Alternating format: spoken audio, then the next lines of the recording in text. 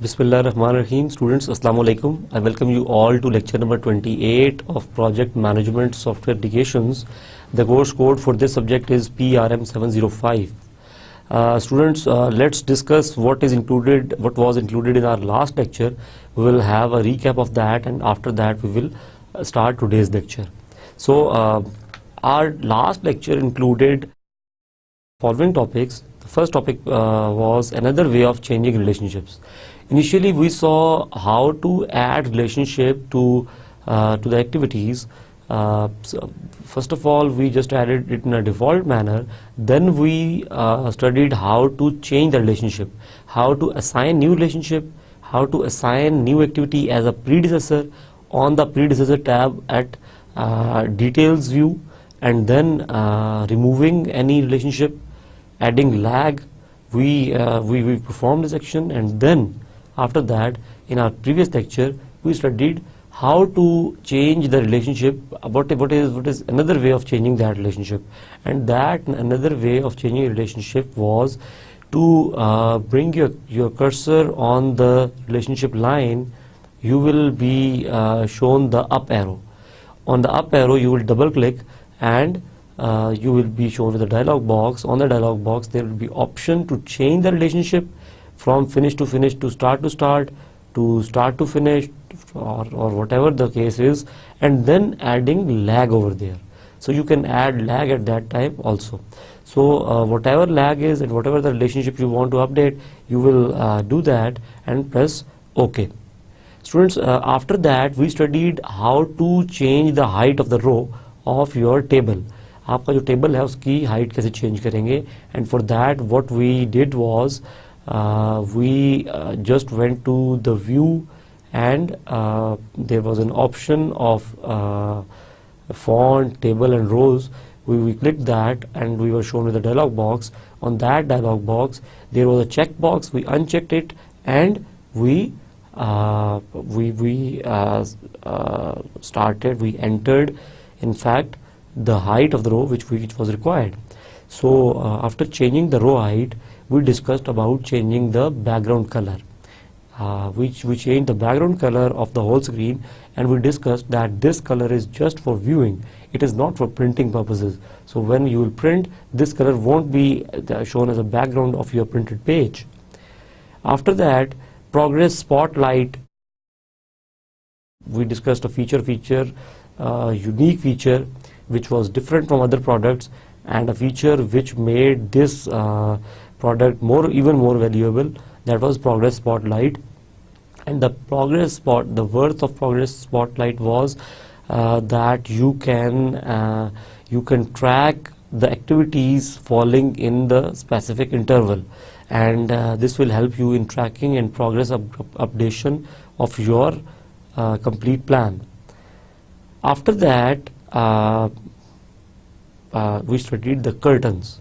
The curtains was a concept, and it was just it was to separate one phase from another, and in those phases we saw that it was based on the time scale, and we can add multiple curtains. We can show them all, or we can hide them all. So curtains was also a good feature for phase wise distribution based on duration of the project plan. And then we discussed about time scale, and two things were included in the time scale. One was that from where your time scale should start, and the selected option was project start. We saw other options as well, and we discussed that you can change it if there is any requirement. And then changing the header of the time scale, we changed the color of that time scale, and this option was also available in this view time scale dialog box.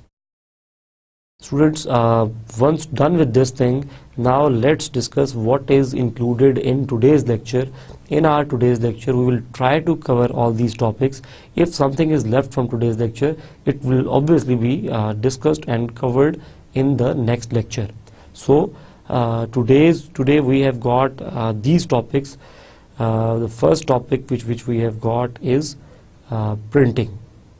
So we will discuss about the printing, that how you can print your plan, and how you can print your plan with respect to the specific duration. So printing of the plan will be discussed. After that, WBS will be discussed in detail.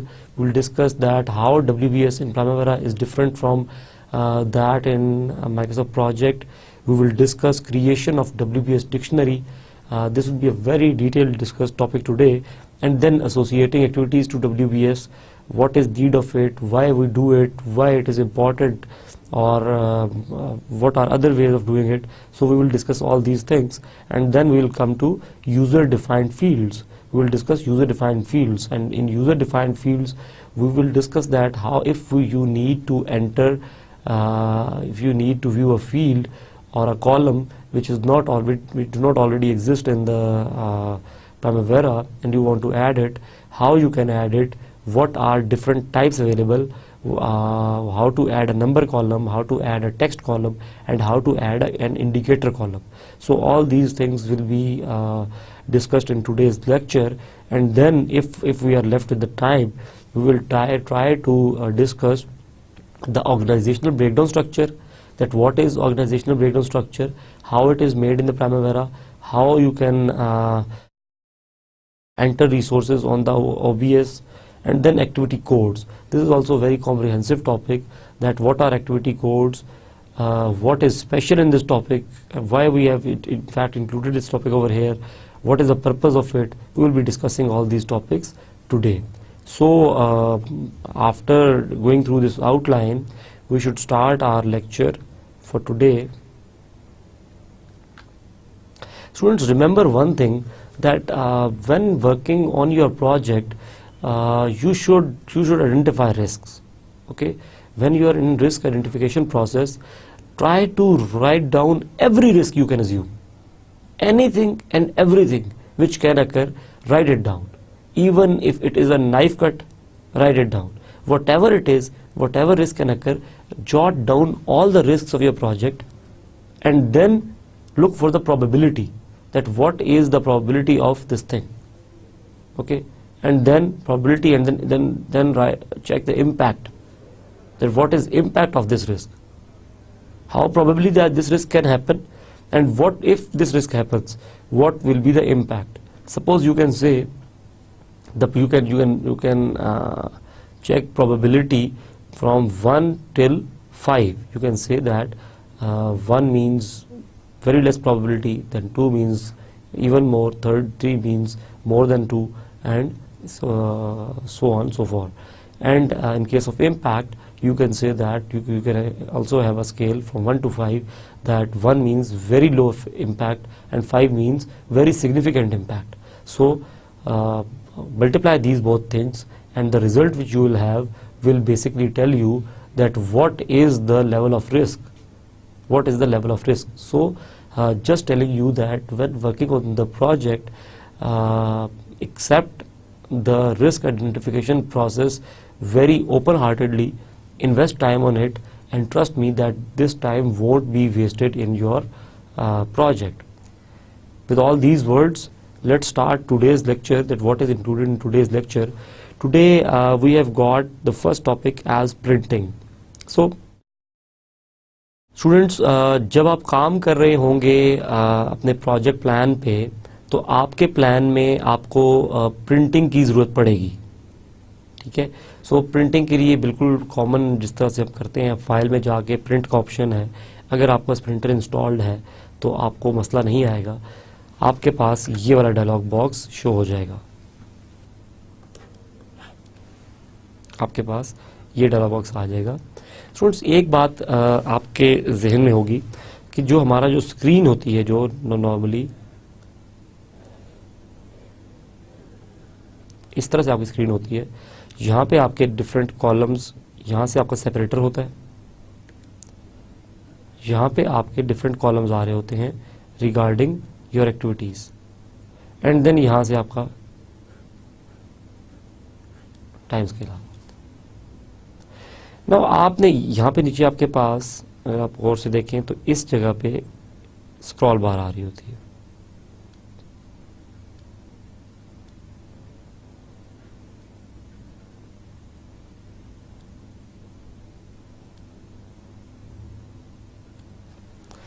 यहाँ पे scroll बार आपके पास आ रही होती है, जब आप इसको click करते हैं तो यू कैन स्क्रॉल थिंग्स, ठीक है, आप इसको स्क्रॉल कर सकते हैं, आप इसको व्यू को स्क्रॉल कर सकते हैं। तो जब आप प्रिंटिंग में जाते हैं, सपोज यहाँ पे आपके पास 10 कॉलम एडेड है, सपोज इस जगह पे आपके पास 10 कॉलम एडेड है। अगर 10 कॉलम वो प्रिंट करेगा तो पूरी शीट पे वो सारे कॉलम्स आ जाएंगे आपके पास, तो गैंट चार्ट तो आपके पास बचेगा, जगह ही नहीं बचेगी। लेकिन जब आप काम कर रहे होते हैं तो आपकी जो ये डिवाइडिंग लाइन होती है, इसको आप एडजस्ट कर रहे होते हैं खुद ही उतनी इंफॉर्मेशन के लिए जितनी इंफॉर्मेशन आपके लिए इंपॉर्टेंट है उस वक्त, and then you want to print it. तो अगर आप आइडियल सिनेरियो में अगर आप प्रिंट करना चाहें, आप कहते हैं यार जैसा मुझे स्क्रीन पे नजर आ रहा है ऐसा ही प्रिंट हो जाए, इसका मतलब है कि जितनी एक्टिविटीज मुझे यहाँ नजर आ रही हैं वो यहाँ पे नजर आती रहें, जितनी यहाँ नजर आ रही हैं वो यहाँ नजर आती रहें, और ये डिवाइड लाइन के हिसाब से प्रिंट हो जाए। जितनी एक्टिविटीज यहाँ पे डिवाइड लाइन से इस तरफ नजर आ रही हैं ये सारी, और जितना गैंट चार्ट नजर आ रहा है ये सारा का सारा एरिया जितना आपके पास है, ये सारा एरिया आपने प्रिंट कर देना है। So this is the area जो कि आपका गैंट चार्ट है, and this is the area which is your time line. So what you have to do is basically you want this thing and then you want this whole thing to be printed. Okay, so what you do is for doing this, for printing on this divide line, आप क्या करते हैं कि आप यहाँ पे आते हैं ऑप्शंस में, और ऑप्शंस में आके आप ऑल कॉलम को अनचेक कर देते हैं। so what you do, you uncheck this all column. This means you don't want to print। देखिए आपने इस तरह से किया था ना, मैंने आपको कहा था कि अगर मैं सिर्फ इसका जो गैंट चार्ट सपोज इस तरफ है, गैंट चार्ट इस तरफ है, यहाँ पे आपका गैंट चार्ट है, जो आपका ये एरिया है यहाँ पे तो बहुत सारे कॉलम्स हैं डिफरेंट, आप सारे कॉलम प्रिंट नहीं करना चाहते, आप चाहते हैं ये जो डिवाइड लाइन है इस डिवाइड लाइन के हिसाब से प्रिंट कर दो। सो आप इसको अनचेक कर देंगे, ठीक हो गया। सो दिस मीन्स जब आप इसको अनचेक कर देंगे तो दिस विल प्रिंट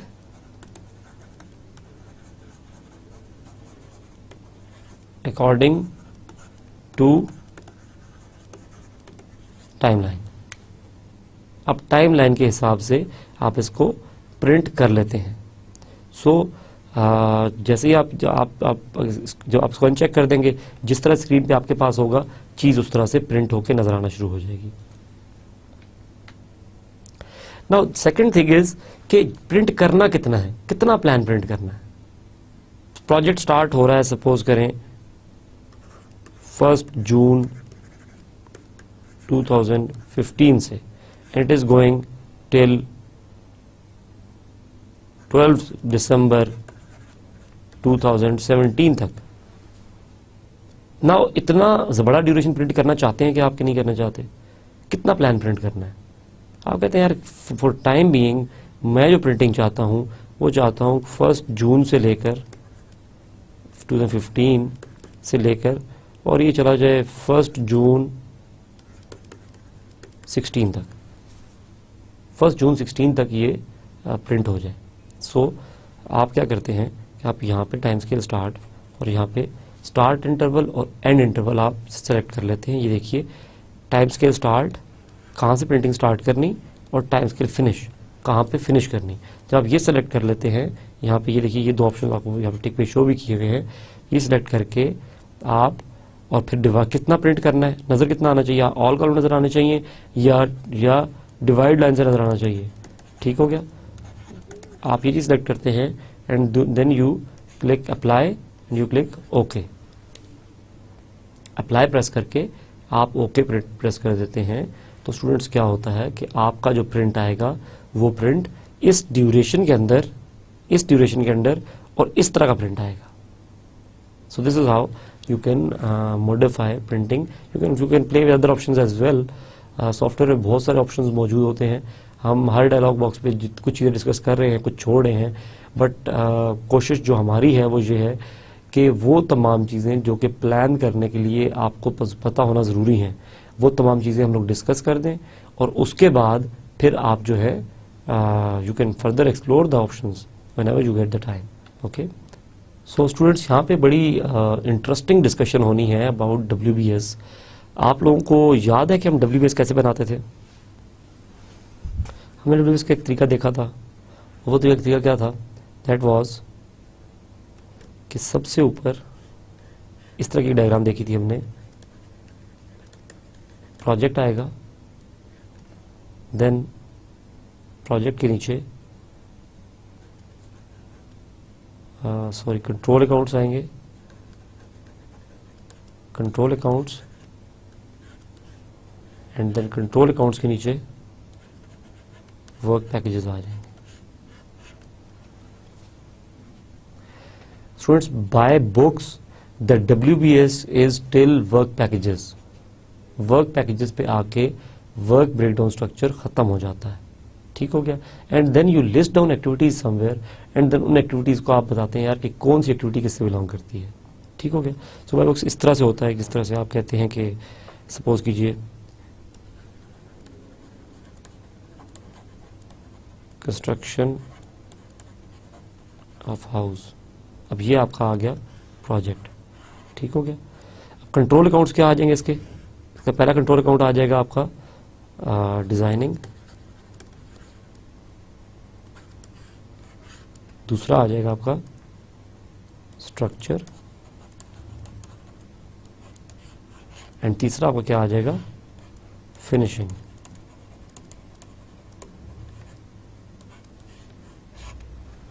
ये तीन आपके पास बेसिकली आपके तीन कंट्रोल अकाउंट आ गए। अब हर एक के नीचे वर्क पैकेजेस आ जाएंगे। जिस तरह डिजाइनिंग के अंदर आ सकता है आर्किटेक्चरल डिजाइन, एंड देन इसके अंदर आ सकता है स्ट्रक्चरल डिजाइन, एंड देन इसका फर्दर भी इवन वर्क पैकेजेस हो सकते हैं कि आपका आर्किटेक्चरल डिजाइन में आपकी लाइन ड्राइंग, एंड एक इसके अंदर आपका आ जाए 3D मॉडल।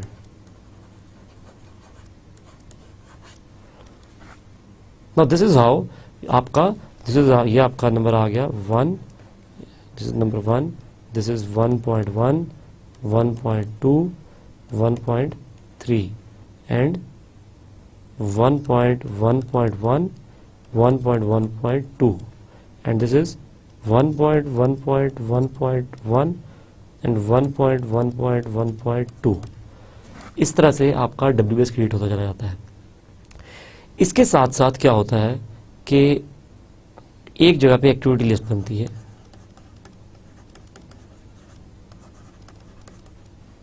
एक्टिविटी लिस्ट में एक्टिविटीज लिखती जाती हैं, एंड देन कहा जाता है यार कि ये जो एक्टिविटीज हैं ये एक्टिविटीज बिलोंग करती हैं 1.1.1.1 से, और ये जो एक्टिविटीज हैं यहां से लेकर यहां तक ये बिलोंग करती हैं 1.1.1.2 से। सो आप लोग एक्टिविटीज की आपने कहा जी कि ये एक्टिविटीज जो है बेसिकली ये इससे बिलोंग करती हैं और ये इससे बिलोंग करती हैं। दिस इज द वे आप WBS बना रहे होते हैं। अब आप थोड़ा सा रिपीट करते हैं कि माइक्रोसॉफ्ट प्रोजेक्ट में हमने कैसे किया था। माइक्रोसॉफ्ट प्रोजेक्ट में हमने जस्ट ये किया कि हम लोगों ने पहले सारी एक्टिविटीज लिख दी, फिर उन एक्टिविटीज के ऊपर हम उनके जो वर्क पैकेजेस के नाम थे वो हमने इंसर्ट किए और इन एक्टिविटीज को एक लेवल इंडेंट कर दिया। इन एक्टिविटीज को एक लेवल इंडेंट कर दिया। जब हमने इन एक्टिविटीज को एक लेवल इंडेंट किया तो ये एक्टिविटीज पार्ट बन गई उसका। तो उसमें इस तरह से था, it was like this, plus sign था, ठीक है, और यहाँ पे वर्क पैकेज नाम था और इसके अंदर जो सब चीजें थी वो यहाँ पे आ रही थी। स्टूडेंट्स, मगर Primavera is pure project management tool. ये प्रॉपर प्रोजेक्ट मैनेजमेंट टूल है and it follows the books rule. जो प्रोजेक्ट मैनेजमेंट की बुक्स कहती हैं ये उन्हें फॉलो करता है, और एग्जैक्टली जिस तरह से हमने ये WBS बनाया, जिस तरह से भी हमने ये वाली एक्टिविटी परफॉर्म की, एग्जैक्टली इस तरह ही प्राइमेरा करता है कि आप पहले प्रोजेक्ट का नाम लिखेंगे, फिर आप कंट्रोल अकाउंट्स लिखेंगे, फिर आप वर्क पैकेजेस लिखेंगे, एंड देन जो एक्टिविटीज हमने लिस्ट डाउन की हैं उन एक्टिविटीज को आके एसोसिएट करेंगे। यहाँ पे उन एक्टिविटीज को एसोसिएट करेंगे, और जब जब आपके ज़हन में कोई एक्टिविटी आती जाएगी आप साथ साथ ये भी बताते जाएंगे कि ये किस वर्क पैकेज का हिस्सा है। Got my point? So this is how the WBS in Primavera is different from the WBS in Microsoft Project. ये उससे different है. So let's see कि इसमें किस तरह से होता है. WBS क्रिएट करने के लिए what you do, आप प्रोजेक्ट के मेन्यू में जाएंगे और प्रोजेक्ट के मेन्यू में आपके पास WBS का ऑप्शन है. ये हर प्रोजेक्ट का तो WBS होगा, दैट्स वाई आप प्रोजेक्ट के मेन्यू में गए और आपने WBS को क्लिक कर दिया. तो जैसे ही आपने WBS को क्लिक किया तो आपके पास ये डायलॉग बॉक्स आ जाएगा. इस डायलॉग बॉक्स में आपने एक चीज़ ज़रूर याद रखनी है कि आपके पास ये ऊपर एक छोटा सा एरो आ रहा होता है इस तरह का, जो कि यहाँ पे नज़र आ रहा है. ये देख रहे हैं आप, यहाँ पे मैंने क्या बताया था कि ये आपको स्पेशल ऑप्शंस बताता है, स्पेशल ऑप्शंस. सो जैसे ही आप इसको क्लिक करेंगे तो आपके पास स्पेशल ऑप्शंस खुल जाएंगे और इन स्पेशल ऑप्शंस में आपने जाना है ग्रुप एंड सॉर्ट में, और ग्रुप एंड सॉर्ट में आपने डिफ़ॉल्ट को क्लिक कर लेना है. ग्रुप एंड सॉर्ट में डिफ़ॉल्ट को क्लिक कर लेना है. जैसे ही आप डिफ़ॉल्ट क्लिक करेंगे तो आपका जो लेआउट है वो डिफ़ॉल्ट हो जाएगा. ठीक हो गया. You need default layout. Now जब डिफ़ॉल्ट लेआउट पे आप आ जाएंगे तो आपके पास अब आप इस स्क्रीन पे खड़े हैं. इस स्क्रीन को ज़रा गौर से देखिए. तो इस स्क्रीन पे आपके पास एक ऐड का बटन है. ठीक हो गया. ऐड का बटन क्या करेगा? ऐड का बटन हमेशा will add a node to the WBS. ये क्या करेगा कि इसमें एक नोड नई ऐड कर देगा. जिस तरह से ये एक नोड है, ये एक नोड है, ये एक नोड है, इस तरह की एक नई नोड ऐड कर देगा. ठीक हो गया. अगर किसी नोड को अगर डिलीट करना है तो उसको सेलेक्ट कीजिए यहाँ पे, और सेलेक्ट करके आप डिलीट प्रेस कर दें तो ये उस नोड को वहाँ से डिलीट कर देगा. ठीक है जी. ये उस नोड को वहाँ से डिलीट कर देगा, उसको और उसके तमाम चाइल्ड्स को. ठीक है. इसको मैं ये यहाँ पे लिख देता हूँ. डिलीट क्या करेगा? Will delete node and its all childs. उसके जितने उसके नीचे उसके सब ऑर्डिनेट्स हैं वो भी डिलीट कर देगा. आप किसी एक WBS की पूरी लेग को कट करके कहीं और जाके पेस्ट कर सकते हैं, या कॉपी करके उस तरह की लेग कहीं और पेस्ट कर सकते हैं. जिस तरह अगर आपने ये स्क्रीन आप देखी तो अगर मैं यहाँ से डिज़ाइन को कट कर लूँ, सिर्फ मैं ओनली डिज़ाइन को कट करूँ तो डिज़ाइन के साथ ये सारा कट होके और इसको यहाँ पे अगर आके पेस्ट कर दूँ तो फिनिशिंग के नीचे आ जाएगा. सो इस तरह से आप जो है cut and copy and paste भी कर सकते हैं. पेस्ट का ऑप्शन भी आपके पास मौजूद है. स्टूडेंट उसके नीचे 4 एरोज हैं. इन 4 एरोज का मतलब क्या है? अगर आप ये देखिए, ये वाला हिस्सा देखें आप बिल्कुल एंड पे, तो इन 4 एरोज का मतलब क्या है जो कि आपको इस तरह से नज़र आ रहे हैं. मैं यहाँ पे टॉप पे बना देता हूँ ताकि आपको प्रॉब्लम ना हो. ये 4 एरोज का मतलब क्या है? इसका मतलब है indent, outdent, sort up, sort down. इसको मूव अप करेगा या मूव डाउन करेगा. तो इन 4 ऑप्शंस को यूज करते हुए आपका जो ये ट्री बन रहा है, इस ट्री को आप अपनी मर्जी का सेट कर सकते हैं. ठीक हो गया. अभी हम ये प्रैक्टिकली करके भी देखेंगे चीज कि ये किस तरह से होती है. उसके बाद स्टूडेंट्स वंस जब आपके पास आपका WBS बन जाए तो आपके पास यहाँ पे ये देखिए कि एक छोटा सा आइकन नजर आ रहा है आपको इस जगह पे. इस आइकन का पर्पस है इसको कहते हैं चार्ट व्यू. ये आपके जो WBS आपने क्रिएट किया उसका चार्ट व्यू क्रिएट कर देगा. ये देखिए जो चीजें ने वहां लिखी थी उनको एज अ चार्ट इसने दिखा दिया. नंबरिंग भी यहाँ पे कर दी. देखिए इसने यहाँ पे नंबरिंग भी कर दी उसकी, ये देखिए, और नंबरिंग के साथ उसने उसका नाम भी दे दिया और नाम के साथ उसका EPS भी बता दिया. ठीक हो गया. सो सारी चीजें उसने आपके लिए यहाँ पे क्रिएट कर दी.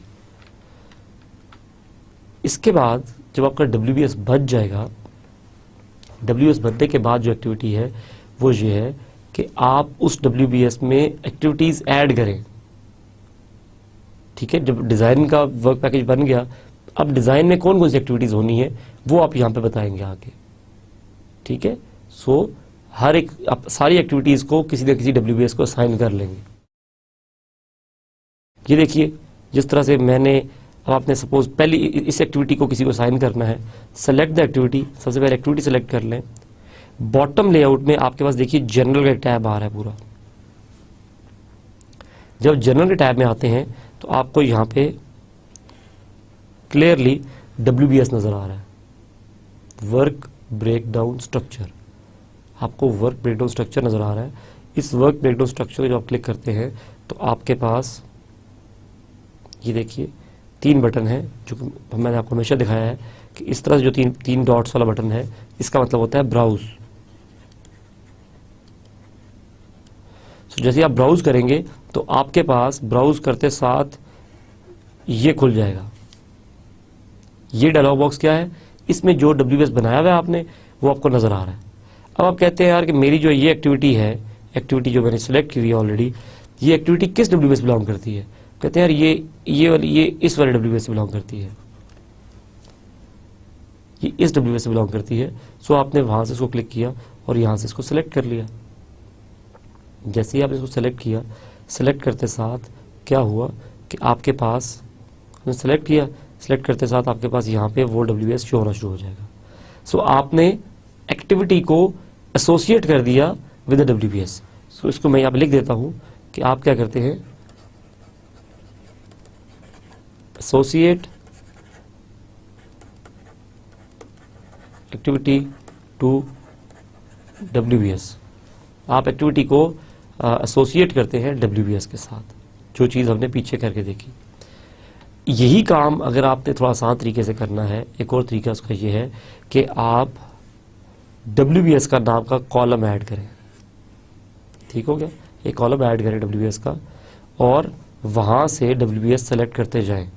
ठीक है, WBS सेलेक्ट करते जाएं वहां से। ये भी चीज़ अभी हम करके देख लेते हैं।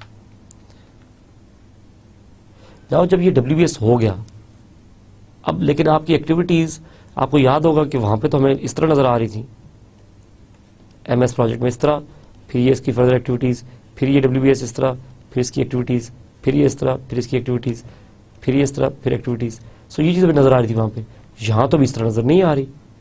और इस तरह देखने के लिए आप क्या करते हैं कि आप व्यू में जाते हैं और व्यू में ग्रुप एंड सॉर्ट को क्लिक करते हैं। जब आप ग्रुप एंड सॉर्ट को क्लिक करते हैं तो आप इस डायलॉग बॉक्स पे आ जाते हैं, जो डायलॉग बॉक्स आपको यहाँ पे नजर आ रहा है। ठीक हो गया, इस डायलॉग बॉक्स में आप देखिए तो पहली ग्रुपिंग तो किससे हुई हुई, जो आपकी फर्स्ट ग्रुपिंग है दैट इज प्रोजेक्ट की बेस पे। सेकंड ग्रुपिंग आप कर दें WBS के नाम की बेस पे। ठीक हो गया, दूसरी ग्रुपिंग आप WBS के नेम की बेस पे कर दीजिए। सो जैसे ही आप WBS की नेम की बेस पे करते हैं, यहाँ पे आप कलर सेलेक्ट करते हैं, तो आपकी एक्टिविटीज जो है वो आपको इस तरह से, आप देखिए कि एनालिसिस की एक्टिविटीज ये हैं, डिजाइन की एक्टिविटीज ये हैं, डेवलपमेंट की एक्टिविटीज ये हैं। नाउ अब आपका WBS देखिए किस तरह बन गया। WBS का नाम क्या है, डेवलपमेंट, डिजाइन, इम्प्लीमेंटेशन। सो इस तरह से सारी एक्टिविटीज के जो नेम हैं वो ऑटोमेटिकली अपने अपने WBS के अंडर आ गए। स्टूडेंट्स, ये जो चीज़ अभी तक हमने पढ़ी है, इसको ज़रा प्रैक्टिकली करके देख लेते हैं कि ये किस तरह से होगा। हम लोग कर्टन्स जो हैं उनको हाइड ऑल कर लेते हैं। अब हम लोग जो है सबसे पहला काम, प्रिंटिंग हमने जो देखा वो करके देखते हैं कि प्रिंटिंग किस तरह से होती है। सो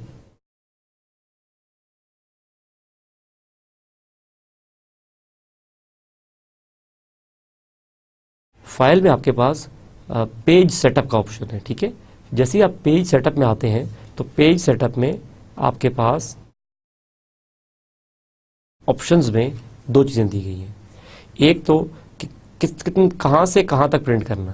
तो आप कहते हैं यार कि प्रोजेक्ट स्टार्ट से अगर आप कहोगे तो प्रोजेक्ट स्टार्ट से करेगा और नेक्स्ट कॉलम में आप सेलेक्ट कर लो, आपको प्रोजेक्ट स्टार्ट से प्रिंट करूंगा और प्रोजेक्ट की लास्ट फिनिश डेट तक इसको मुझे प्रिंट कर दो, ये पूरा प्लान प्रिंट कर देगा। अगर आप यहाँ कोई डेट देना चाहो, आप कस्टम डेट में आओ, आपको यार मुझे यहाँ से प्रिंट स्टार्ट करो और कस्टम डेट में जाओ और कहो यार यहाँ तक मुझे प्रिंट कर दो, ये आपको इस ड्यूरेशन के दरमियान की सारी प्रिंटिंग दे देगा। ठीक हो गया। अब प्रिंटिंग कैसे करनी है, ये देखिए, तो इसको मैं कैंसिल कर रहा हूँ।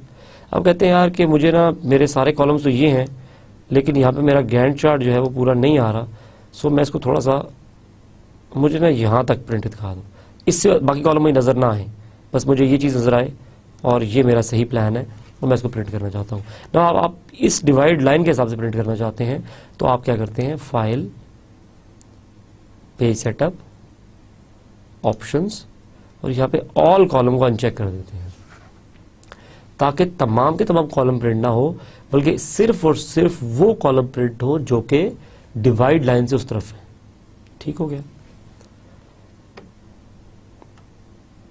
आप इसको ओके कर देंगे, ये प्रिंट हो जाएगा। ठीक है। सो इस तरह से आप प्रिंटिंग की ऑप्शन सेट कर सकते हैं। नाउ हम लोग देखते हैं WBS। सो WBS के लिए सबसे पहली चीज़ है वो ये है कि आप प्रोजेक्ट में आए और WBS क्रिएट करें। ठीक है जी। तो हमारे WBS में पहले ये देखिए, मुझे यहाँ पे ऑन राइट टॉप मुझे यहाँ पे देखिए कमांड बार में ऐड का बटन नज़र आ रहा है।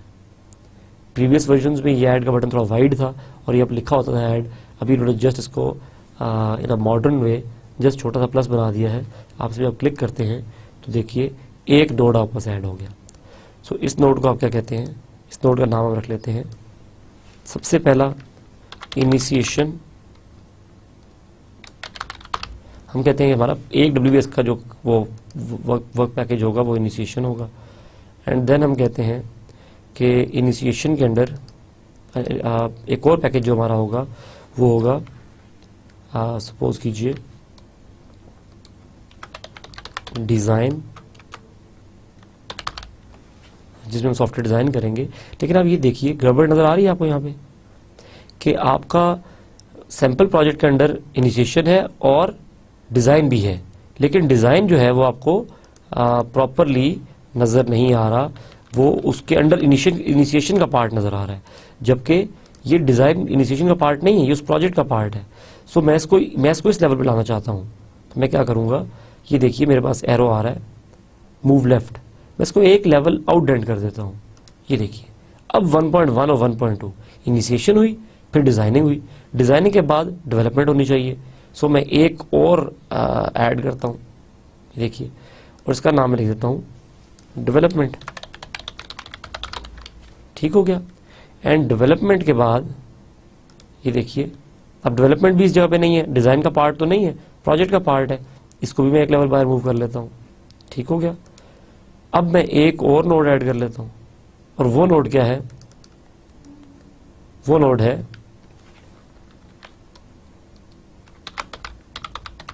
इम्प्लीमेंटेशन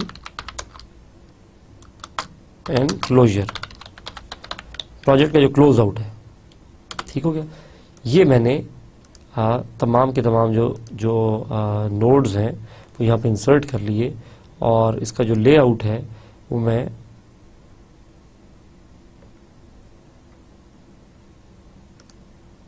ग्रुपिंग एंड सॉर्टिंग मैंने डिफ़ॉल्ट मैनर में कर ली। ये आप देखिए कि अब मेरा प्रॉपर जो मेरा WBS है वो आपको नज़र आ रहा है। WBS मेरा स्टूडेंट्स बन चुका है। अब इस WBS को हम लोग अप्लाई करके देखते हैं अपना जो हमारा प्रोजेक्ट प्लान है। सो हमने कहा था कि पहले तो हम WBS बनाएंगे। अच्छा, WBS बन गया, लेकिन ये ट्री फॉर्मेट में नज़र नहीं आ रहा। देखते हैं उसका ऑप्शन है ऐसा क्या मेरे पास वैसा ऑप्शन मौजूद है। ये देखिए चार्ट व्यू का ऑप्शन मुझे दे रहा है। चार्ट व्यू के ऑप्शन में जैसे ही मैं क्लिक करता हूं तो जो मैंने WBS बनाया था उसको देखिए, इसने कहा सैम्पल IT प्रोजेक्ट के इम्प्लीमेंटेशन एंड क्लोजर होगा, इनिशिएशन होगा, डिज़ाइनिंग होगा और डेवलपमेंट होगा। तो इस तरह से मेरा जो है WBS वो बनेगा। और अगर मैं चार्ट व्यू बंद कर दूं, मैं दोबारा से टेबल व्यू पे आ जाऊं और इसको इस तरह से सॉर्ट करूं and then again chart view पे जाऊं, ये देखिए चार्ट व्यू मेरे सामने आ रहा है, so table, there is table view and there is chart view. So मैं इसकी टॉगलिंग कर सकता हूँ. I can toggle between both. Once the WBS is done, अब मेरे पास देखिए, अब मैं एक्टिविटीज मोड में आया. देखिए ये WBS मोड है, ये एक्टिविटीज मोड है. ये WBS मोड, ये एक्टिविटीज मोड. सो आपको मोड जहाँ नजर आ रहे होते हैं. ठीक है, मैं एक्टिविटीज मोड में आया. अब मैंने ये बताना है कि मेरी जो रिक्वायरमेंट गैदरिंग की एक्टिविटी है ये किस WBS से बिलोंग करती है, ये किस WBS का पार्ट है. सो मैंने यहाँ पे क्या किया, रिक्वायरमेंट गैदरिंग सेलेक्ट किया और सेलेक्ट करके मैं जनरल के टैब में आ गया. जनरल टैब में मेरे पास यहाँ पे WBS नज़र आ रहा है देखिए, और यहाँ पे WBS का नाम नज़र आ रहा है. मैंने ब्राउज क्लिक किया, ये देखिए. अब मैं कहता हूँ कि मेरी जो रिक्वायरमेंट गैदरिंग है वो इनिशिएशन का पार्ट है. ये देखिए, मैंने इसको डबल क्लिक किया, ओके हो गया. रिक्वायरमेंट एनालिसिस पे आ जाता हूँ, ये भी मेरा इनिशिएशन का पार्ट है. मैं यहाँ आया और इनिशिएशन सेलेक्ट कर लिया. ठीक है, लेकिन अब इस तरह तो बड़ा मुश्किल हो जाएगा बार बार. सो मैं यहाँ पे एक कॉलम जो है वो इंसर्ट करवाता हूँ. Column find WBS. मैं एक WBS का कॉलम इंसर्ट करता हूँ. ये देखिए WBS आ गया मेरे पास, और मैं इसको इस तरफ मूव करवा के थोड़ी देर के लिए एक्टिविटी नेम के आगे WBS शो कर देता हूँ. Apply, okay. ये देखिए ये WBS आ गया मेरे पास. जैसे ही मैं इसको डबल क्लिक करता हूँ ये आ गया. अब डेटाबेस डिज़ाइन मेरा डिज़ाइन का पार्ट है. इसी तरह से जो मेरा सॉफ्टवेयर डिज़ाइन है ये भी डिज़ाइन का पार्ट है. जो मेरा फ्रेमवर्क सिलेक्शन है ये भी डिज़ाइन का पार्ट है. डेवलपमेंट जो है ये डेवलपमेंट का पार्ट है. तो देखिए मैं हर एक एक्टिविटी के को अपने उसके वर्क पैकेज के पास रख रहा हूँ. ठीक है, मैंने इस तरह से वर्क पैकेज बना लिए. ना मैं एक्टिविटी उठा रहा हूँ और हर एक के अंदर डाले जा रहा हूँ. ठीक है, टेस्ट केस डेवलपमेंट जो है ये भी डेवलपमेंट का पार्ट है. टेस्टिंग भी डेवलपमेंट का पार्ट है. ठीक है, इम्प्लीमेंटेशन क्लोजर का पार्ट है. एंड क्लोजिंग भी इम्प्लीमेंटेशन क्लोजर का पार्ट है. सो देखिए मैंने सबको WBS ऐड कर दिए. नाउ WBS ऐड करने के बाद मेरी मर्जी है मैं कॉलम को हाइड कर दूं. मेरा काम हो गया. मैं कॉलम्स में गया, मैं इसको सिलेक्ट किया, वापस मूव कर दिया, अप्लाई, ओके. मेरा सबको मेरे WBS असाइन हो चुके हैं. मगर आप देखिए कि अभी तक मुझे उस तरह से ग्रुपिंग नज़र नहीं आ रही जिस तरह से हमने माइक्रोसॉफ्ट प्रोजेक्ट में देखी थी, और जिस तरह से भी हमने स्लाइड में देखा. मुझे उस तरह से ग्रुपिंग नज़र नहीं आ रही कि किसका WBS कौन सा है. मैं चाहता हूँ ग्रुपिंग हो. सो क्योंकि मैं चाहता हूँ ग्रुपिंग हो, इसलिए मैं व्यू में गया और ग्रुप एंड सॉर्ट बाय में आ गया. Group and sort by grouping किस तरह करनी है, कस्टमाइज. ये देखिए यहां तो पहली ग्रुपिंग हुई है प्रोजेक्ट की बेस पे. ना दूसरी ग्रुपिंग किस तरह करना चाहते हैं हम WBS के बेस पे. सो यहां पे मैं कहता हूं, मैंने ऐसे किया और मैंने टाइप करना शुरू किया WBS आ गया, कैटेगरीज आ गई, WBS नेम. हमने कहा यार दूसरी जो ग्रुपिंग है वो WBS नेम के हिसाब से करो. क्लियर. सो जैसे ये करके मैंने अप्लाई किया, ओके किया. अब आप देखिए कि किस तरह से मेरा नज़र आ रहा है. डिज़ाइन की एक्टिविटीज़ ये हैं, ये देखिए. डेवलपमेंट एक्टिविटीज़ ये हैं, इम्प्लीमेंटेशन एंड क्लोजर एक्टिविटीज़ ये हैं, और इनिशिएशन की एक्टिविटीज़ ये हैं. सो मेरा बेसिकली जो चीज़ जो एक्टिविटीज़ है ना, वो हर एक एक्टिविटी जो है वो अपने रिस्पेक्टिव WBS के अंडर आ चुकी है. ये देख रहे हैं आप, सारी एक्टिविटीज़ अपने रिस्पेक्टिव WBS के अंडर आ चुकी हैं. ठीक हो गया. सो दिस इज़ हाउ जो हमारी चीज़ें हैं वो हम लोगों ने करके देख ली कि किस तरह से ग्रुपिंग करनी, किस तरह WBS बनाना, किस तरह से WBS की एलोकेशन करनी, ये सारा हमने करके देख लिया. Now let's go back to the slides and let's see कि किस तरीके से बाकी चीज़ें जो है वो की जाती हैं. सो स्टूडेंट्स, हम लोगों ने WBS क्रिएट कर लिया. नाउ जो नेक्स्ट चीज़ है स्टूडेंट्स वो हमारे पास, that is adding user defined fields. आपको कॉलम्स ऐड करने का तरीका बताया गया कि आपने किस तरह से कॉलम्स ऐड करने हैं. कॉलम फाइंड करने का तरीका बताया गया. मगर ये ऐसा मुमकिन है कि कोई कॉलम आपको ज़रूरत पड़े और वो कॉलम मौजूद ही ना हो. हो सकता है ज़रूरत पड़े आपको, वो मौजूद ना हो, तो फिर आप क्या करेंगे? जिस तरह हमने माइक्रोसॉफ्ट प्रोजेक्ट में देखा था कि अपनी मर्जी के कॉलम हमने ऐड किए, हमने इंडिकेटर्स का कॉलम भी ऐड किया, सब कुछ हो सकता है ना। सपोज कीजिए कि एक कॉलम हो सकता है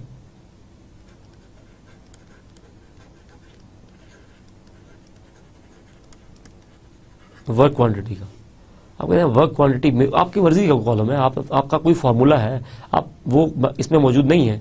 आप चाहते हैं यार यहाँ पे मैं जो है ना मैं लिखा करूँगा कि जिसका वर्क जो है वो 5 घंटे का होगा, मैं यहाँ लिखा करूँगा 5, जो 6 घंटे का होगा 6 लिखा करूँगा, ठीक है। कुछ भी, कोई भी न्यूमेरिक वैल्यू, अगर आपको कोई भी नंबर वैल्यू चाहिए, दिस इज, अब ये है नंबर। सिमिलरली अगर आपको एक कॉलम चाहिए जो कि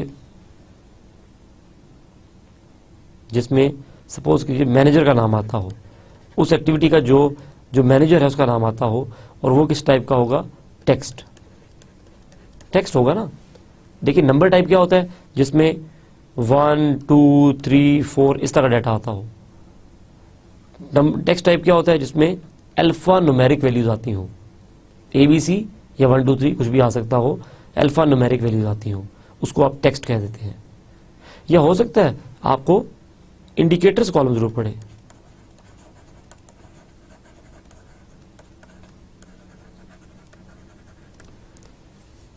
जो हमने माइक्रोसॉफ्ट प्रोजेक्ट में पढ़ा था। इंडिकेटर्स कॉलम क्या होता है कि if you want to represent your data graphically you may need to add an indicators column to your work space. ठीक है, अगर आप किसी डाटा को ग्राफिकल मैनर में शो करवाना चाहते हैं तो आप ऐड कर सकते हैं एक ग्राफिकल इंडिकेटर्स कॉलम।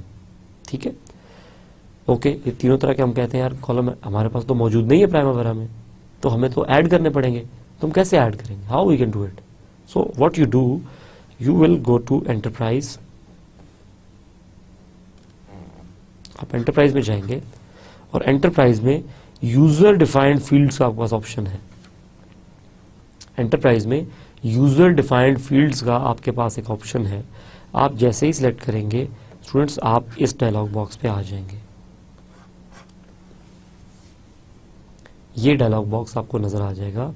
इस डायलॉग बॉक्स को अगर आप देखें तो ये डायलॉग बॉक्स आपको क्या प्रोवाइड कर रहा है? ऐड।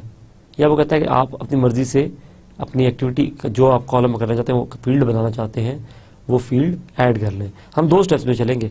पहला स्टेप हम करेंगे कि हम लोग फील्ड क्रिएट करेंगे, फिर हम क्या करेंगे? कॉलम ऐड करेंगे। वो जो फील्ड या कॉलम जो क्रिएट करेंगे उसको ऐड करेंगे। सो पहले उसमें हमने कहा कि चले यार हम लोग 3 तरह के बना लेते हैं। एक हमने ले लिया कॉन्फिडेंस लेवल, जिस तरह से हमने माइक्रोसॉफ्ट प्रोजेक्ट में लिया था, सेम चीज यहां कर लेते हैं। कॉन्फिडेंस लेवल, ये कॉलम ऐसा होगा कि जो कि हमें कॉन्फिडेंस लेवल शो करेगा ग्राफिकली। सो क्योंकि ये ग्राफिकली शो करेगा तो इसकी टाइप हमने क्या रख ली? इंडिकेटर्स। ठीक है, इसकी टाइप हमने रख ली इंडिकेटर। अगर आपको नजर नहीं आ रहा तो मैं इसको हाईलाइट कर देता हूं, इंडिकेटर। ठीक हो गया। सो आपने इंडिकेटर्स कॉलम ऐड कर लिया। उसके बाद आपने एक न्यूमेरिक कॉलम ऐड करना चाहा जिसमें नंबर वैल्यू आए। आपने कहा इसका ये नंबर इसकी टाइप होगी डाटा टाइप। देखिए डाटा टाइप कि किस तरह का डाटा इसमें आएगा, किस तरह का डाटा आप डालना चाहेंगे, और ये इसका नाम होगा क्वांटिटीज। ठीक हो गया। एंड देन आपने कहा यार कि मुझे यूनिट ऑफ मेजरमेंट एक चाहिए, यूओएम, यूनिट ऑफ मेजरमेंट, यूओएम। आपने कहा मुझे यूनिट ऑफ मेजरमेंट चाहिए, तो आपने ये किया और आपने यहाँ पे टेक्स्ट जो है वो ऐड कर दिया। मेरा टेक्स्ट टाइप का डाटा होगा यूनिट ऑफ मेजरमेंट, तो ठीक है। तो आपने कहा मुझे 3 फील्ड्स चाहिए, आपने तीनों फील्ड यहाँ पे ऐड करवा दी। ठीक है, now as a next step जब आपने ये तीनों फील्ड्स ऐड करवा दी, आपको याद था वहाँ पे इंडिकेटर कॉलम काफ़ी मुश्किल था। हम लोगों ने पहले उस पर जाके उसकी वैल्यूज ऐड की, देन हमने फार्मूलाज लगाए, देन हमने इंडिकेटर के वो सिलेक्ट किए कि किस तरह का इंडिकेटर होगा। काफ़ी मुश्किल से हमने क्रिएट किया। यहाँ पे आपने जस्ट ये किया कि यहाँ पे सिर्फ बता दिया टाइप, डाटा टाइप में बता दिया कि इंडिकेटर टाइप है। जब इंडिकेटर टाइप बता दिया उसने इंडिकेटर कॉलम आपको प्रोवाइड कर दिया। That's it. So things are quite easy. ये देखिए ऐड कॉलम। अब आप क्या कर रहे हैं कि वो जो 3 आपने फील्ड्स बनाई वो कॉलम आपने ऐड करने हैं। अब वो कॉलम ऐड करने के जब आप ऐड कॉलम्स में आए तो आपके पास देखिए सारे ग्रुप्स बने हुए हैं, एक्टिविटी स्टेप्स का है, कॉस्ट का है, डेट्स का है, इस तरह से एक यूजर डिफाइंड फील्ड्स का है। यूजर डिफाइंड फील्ड्स के अंदर आपकी जो अपनी तीनों फील्ड्स जो बनाई हैं वो तीनों यहाँ पे मौजूद हैं। यूजर डिफाइंड फील्ड्स का जो ग्रुप है उसमें ये तीनों फील्ड्स मौजूद हैं। आपने ये तीनों फील्ड्स जो हैं कॉन्फिडेंस लेवल, क्वांटिटीज और यूनिट ऑफ मेजरमेंट, तीनों आपने क्या किया, आपने ऐड कर ली। ठीक है, ये तीनों जो आपने ऐड की तो आपने बेसिकली क्या किया, अब आप देखिए, अब आप ये तीनों कॉलम्स इंसर्ट करना चाह रहे हैं, आप इस तीनों को सिलेक्ट करके इसको क्लिक करेंगे तो ये सारे जो कॉलम्स हैं ये इस तरफ आ जाएंगे। ठीक है, इन तीनों कॉलम्स को बारी बारी इस साइड मूव करवा दें और जब ये इस तरफ मूव हो जाए तो आप क्या करें, अप्लाई क्लिक करें एंड ओके कर दें। ठीक हो गया। जब आप ये काम कर लेंगे तो आपके पास यूजर डिफाइंड फील्ड ऐड हो चुकी होगी। जिस तरह से आप ये देखिए कि यूनिट ऑफ मेजरमेंट आपके पास ये आ रहा है, इसमें क्या डाटा आएगा, टेक्स्ट टाइप का डाटा आएगा, alpha numeric data. Then quantities आ रहा है, इसमें क्या डाटा आएगा, number. And then confidence level आ रहा है, इसमें क्या आएगा, इंडिकेटर्स। इसमें इंडिकेटर्स का डाटा यहाँ पे शो होगा। सो अब देखिए कि यहाँ पे देखिए इसने टेक्स्ट डाटा शो किया हुआ है, यहाँ पे नंबर डाटा आ रहा है और यहाँ पे इसका इंडिकेटर आ रहा है। स्टूडेंट्स ये चीज़ जो आपने देखी, इस चीज़ को ज़रा एक बार परफॉर्म करके देख लेते हैं कि ये किस तरह किया जाता है, उसके बाद हम आगे चलेंगे। Coming back to the software, हम लोग देखते हैं कि यूज़र डिफाइंड फील्ड्स अगर हम ऐड करना चाहें तो हम कैसे कर सकते हैं। सो हमारे पास जो ऑप्शन है वो है, आप एंटरप्राइज में आते हैं और एंटरप्राइज में यूज़र डिफाइंड फील्ड्स एक ऑप्शन है आपके पास। आपने क्लिक किया, आपने कहा यार कि मुझे एक कॉलम ऐड करके दो जिसमें हम कह लेते हैं, हम अकाउंटेबल, जो अकाउंटेबल पर्सन होगा इसका, ठीक है, उसका नाम लिख देंगे। तो उसका अकाउंटेबल बंदा कौन है, ठीक, अकाउंटेबिलिटी किसकी है, और ये बंदे का नाम होगा, इसलिए डाटा टाइप टेक्स्ट रख लिया हमने। देन अगेन हमने कहा कि यार अकाउंटेबल का चलो कर लिया, दूसरी चीज़ हम कहते हैं क्वांटिटी रख लेते हैं। यहाँ पे हम किसी चीज़ की क्वांटिटी चलो डाल देंगे फॉर एग्जांपल, ठीक हो गया। और क्योंकि ये नंबर होगा क्वांटिटी, इसलिए हमने यहाँ पे नंबर सेलेक्ट कर लिया कि यार ये कॉलम मुझे नंबर का चाहिए। एंड देन हमने एक कॉलम ऐड किया, ये था रिस्क। सपोज कर लें हमने वहाँ कॉन्फिडेंस लेवल देखा था, यहाँ पे हम रिस्क नाम रख लेते हैं इसका, ठीक है, कि रिस्क कितना है, रिस्क इंडिकेटर इसका नाम रख लेते हैं हम लोग। और यहाँ पे हम लोग इसकी टाइप इंडिकेटर रख लेते हैं। ना मैंने ये देखिए 3 फील्ड्स आपके सामने ऐड कर दी और तीनों फील्ड्स की डिफरेंट टाइप, क्वांटिटी की टाइप मैंने नंबर रखनी थी। ये देखिए कि मैंने तीनों की डिफरेंट टाइप्स भी ऐड कर दी और तीनों फील्ड्स क्रिएट कर दी। नाउ जैसे ही मैं इसको क्लोज करता हूँ, मेरी ये 3 फील्ड्स क्रिएट हो गई हैं, बट मुझे फील्ड्स यहाँ पे नज़र नहीं आ रही इस एरिया में। I can't see my fields. The reason for that is कि मैंने अभी तक वो fields as a column add ही नहीं किया, ठीक है। सो मैं यहाँ पे राइट क्लिक करता हूँ और कॉलम्स में आ जाता हूँ।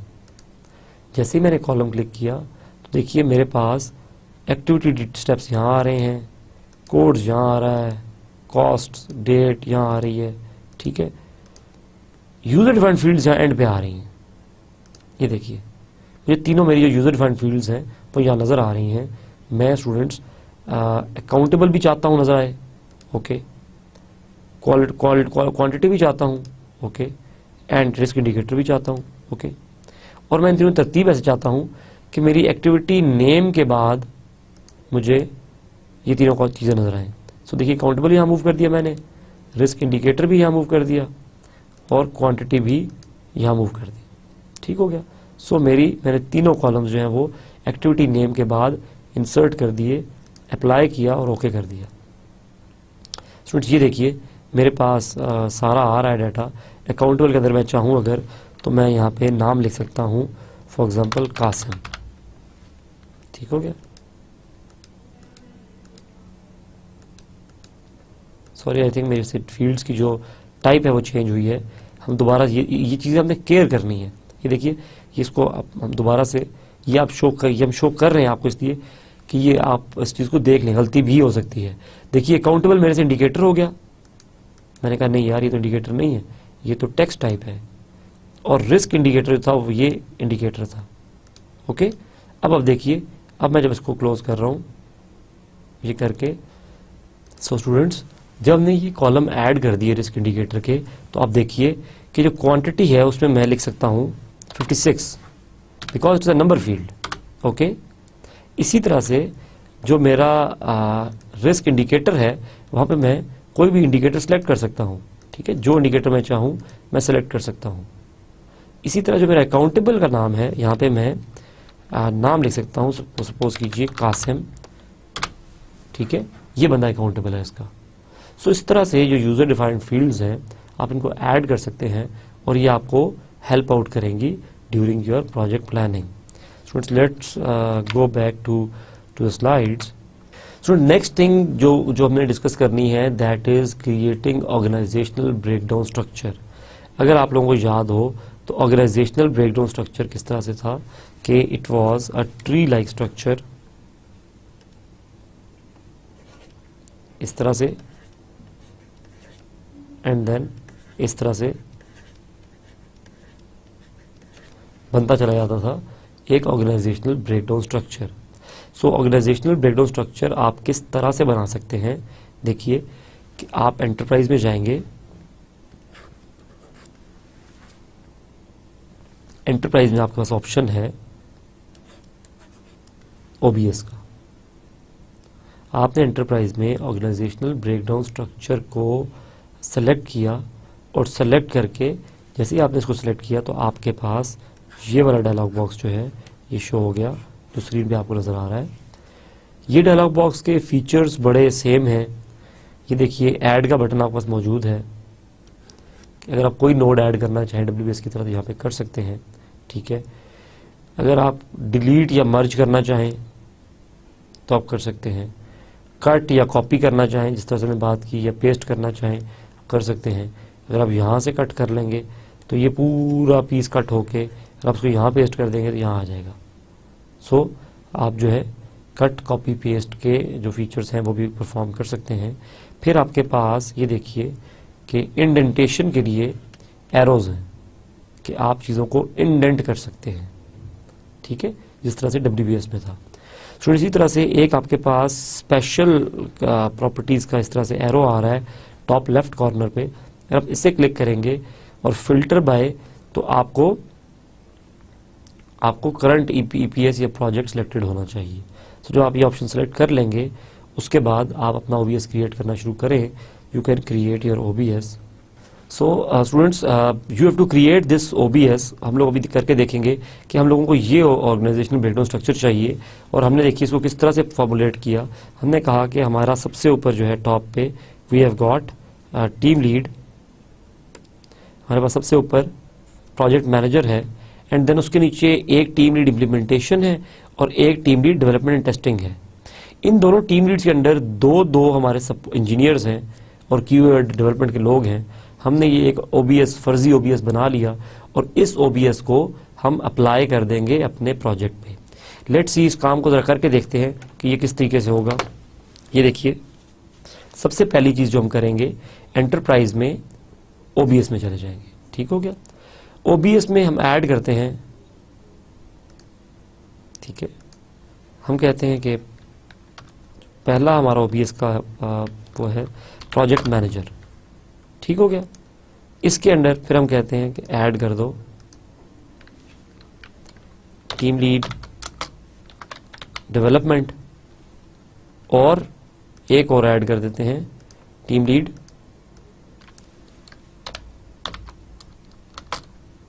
इम्प्लीमेंटेशन, ठीक हो गया। हम कहते हैं कि इम्प्लीमेंटेशन का जो टीम लीड है ये दो लोग हमारे प्रोजेक्ट मैनेजर के अंडर होंगे। डेवलपमेंट का बंदा है उसके अंडर कौन होगा, उसके अंडर हमारा एक होगा